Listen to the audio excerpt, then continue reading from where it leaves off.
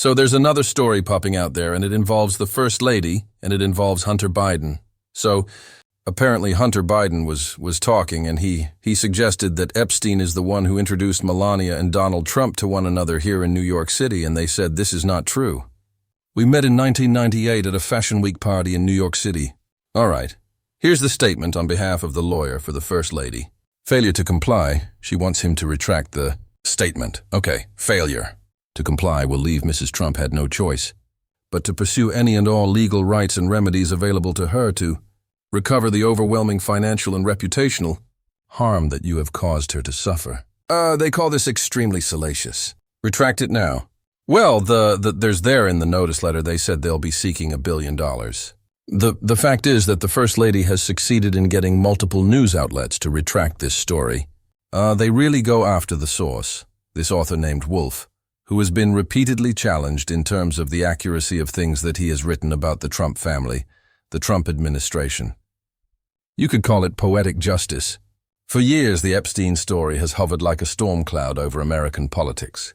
These flashes of scandal, thunderous allegations, but no clear lightning strike. And now, of all people, it may be Melania Trump who stands closest to the key that could finally open that locked door. The newest twist in the story came when one of the most prominent Epstein insiders released a video that few people expected, and some clearly don't want you to see. In that video, journalist and author Michael Wolff, known for his inside coverage of Donald Trump, lays out a challenge to the president and the First Lady. And in doing so, he may have set off the most serious legal collision yet between the Epstein investigation and Trump world. So here's what went down. It began with a rumor, a claim circulating online that Jeffrey Epstein had been the one to introduce Melania'S to Donald Trump in New York City. Decades ago, before she was Melania Trump, that single line, said to have come from Hunter Biden in a private conversation, set off a wave of headlines. The implication here wasn't just about who met whom and how. It was about whether the Trumps' personal and social lives were entangled enough with Epstein's before his criminal world came crashing down.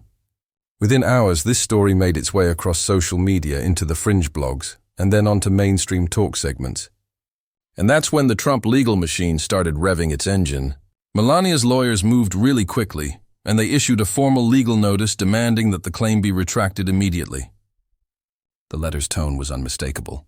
Retract your claim or face a $1 billion lawsuit. Crazy. So according to the statement, the First Lady was ready to pursue any and all legal rights and remedies to recover the overwhelming financial and reputational harm she had suffered. Point to the harm. Can you point to the harm? Is it in the room right now?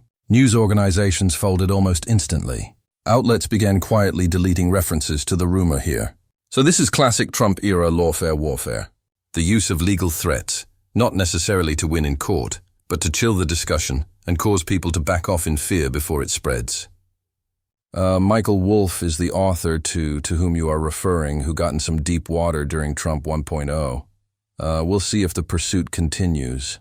My guess is yes, and that worked, or at least it did at first, but not on Michael Wolff. Now, Wall isn't just another commentator.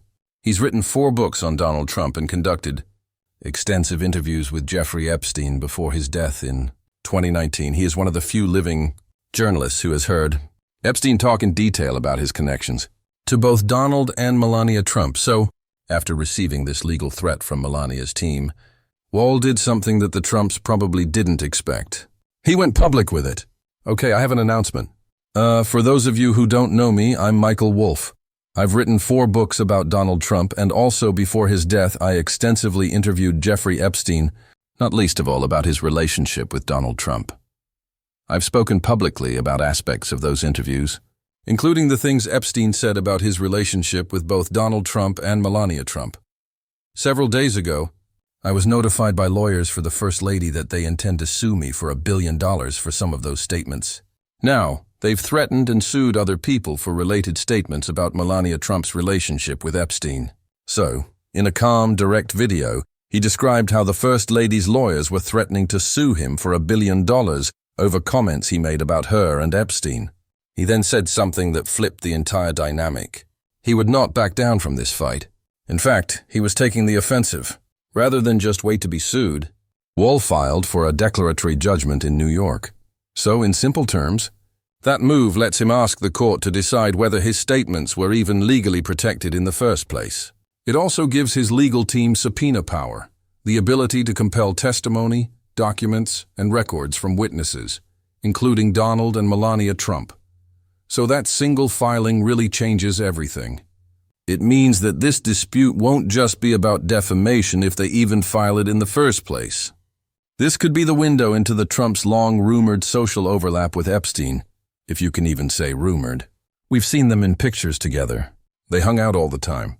But this is a subject that has been whispered about for years, but never really tested under oath. Anyway, these suits are threatened to intimidate people from talking about this exact subject.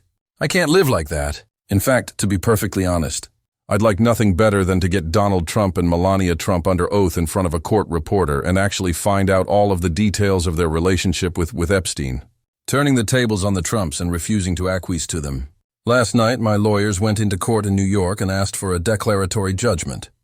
In other words, we will have subpoena power to call witnesses and to find out exactly what the relationship between Epstein and the Trumps. As Wolf explained in his video, I'd like nothing better than to get Donald Trump and Melania Trump under oath in front of a court reporter and actually find out all of the details of their relationship with Epstein. The Trumps have used threats of defamation suits for decades to try to control coverage. It's a playbook that has often worked.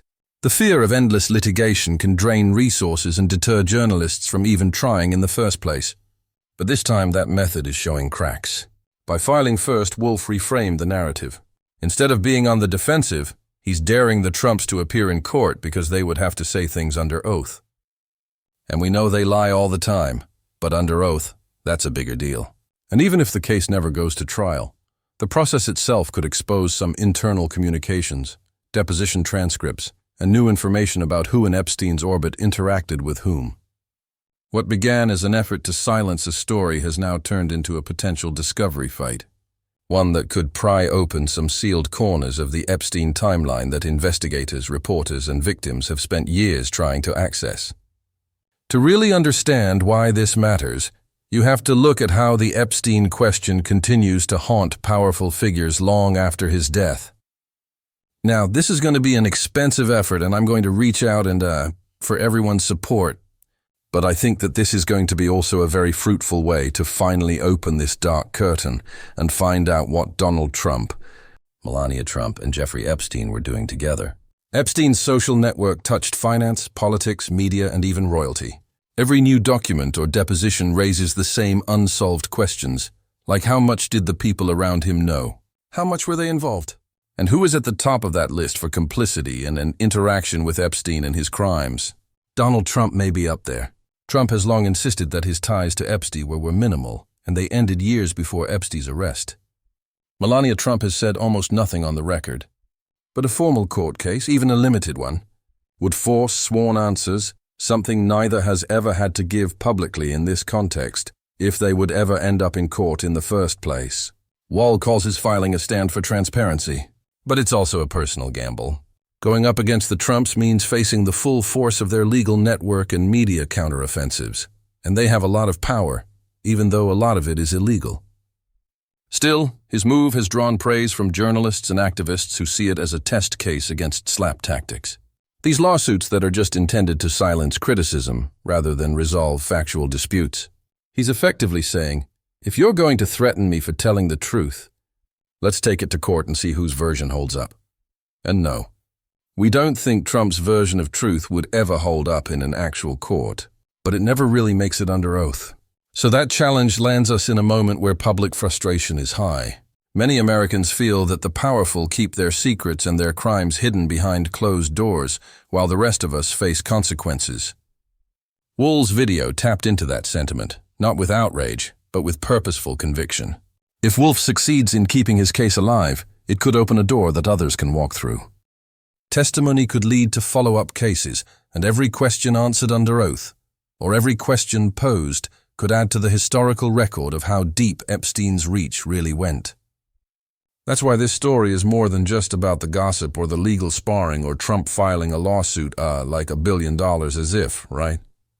It's about information control and their attempt at power and control over who has the right to speak Who has the power to actually use their First Amendment rights and to speak the truth in court, and who has the power to silence others.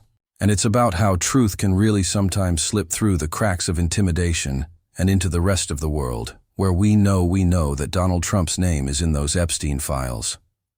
Come on, we just need to hear it under oath. And for Melania Trump, this moment is especially delicate.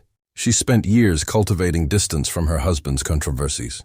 She's never seen with him as much, rarely speaking publicly about politics, rarely giving what she thinks. She just seems kind of like a puppet. But by engaging legally on a topic tied to Epstein, she is now part of a public record that could invite questions that she has long since avoided. Her team insists that this is about defending reputation, as if she could be damaged enough to warrant a $1 billion case. They're not even trying to hide connections. But their statement isn't fooling anyone. Whether Melania's lawyers continue to pursue their threat or quietly back away may determine how far this story travels next. There is this irony to it all, right? What began as a threat meant to silence him might end up amplifying the very story that they tried to bury. Michael Wolff says that he's prepared for the fight. He knows the risks, but he's betting on the simple idea that transparency can't exist without confrontation. So he's attacking first. He's attacking where they might not have expected it. And Melania, whether she meant to or not, she may have turned the key that opened the door a little bit that many have tried to keep closed. And it might be open enough for more lawsuits and more attacks against the Trump administration and against their lies and their affiliation with the Epsteins. So the next steps will play out in court filings and deposition rooms, far from the cameras and far from the transparency that we want, but close enough to history and close enough to matter as a real story. Because every time someone stands up to power and stands up to Trump and refuses to blank, refuses to look away, the truth moves 1 inch closer to the daylight. And hopefully someday we'll be able to see all of it in its glory.